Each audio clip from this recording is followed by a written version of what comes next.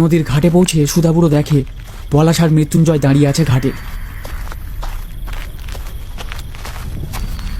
এই রে, তোরা এসে দাঁড়িয়ে আছিস, আমার আসতে একটু দেরি হয়ে গেল।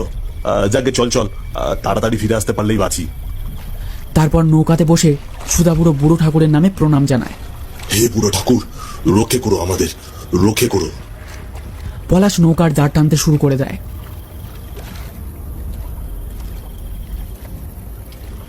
চারিদিকে একটা ঠান্ডা হাওয়া বয়ে চলেছে। নৌকাতে মৃত্যুঞ্জয় বসে কি যেন একটা ভেবেই চলেছে। সেটা পলাশ দাঁড় টানতে টানতে লক্ষ্য করে।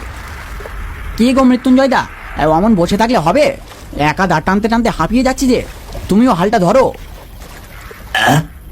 হ্যাঁ, আরে চলেই তো এসেছি, আর মাত্র একটু পথ। তুই বাকিটা টান না, ফেরার পথে আমি হালটা ধরবো না হয়। পলাশের এবার একটু রাগ হতে শুরু করলো। নিজে ডেকে আনবে, আবার কাজের বেলা অষ্টরম্বা। কিন্তু দেখো, বাবুর ভাগের টাকাটা আবার বেশি চায়। হ্যাঁ,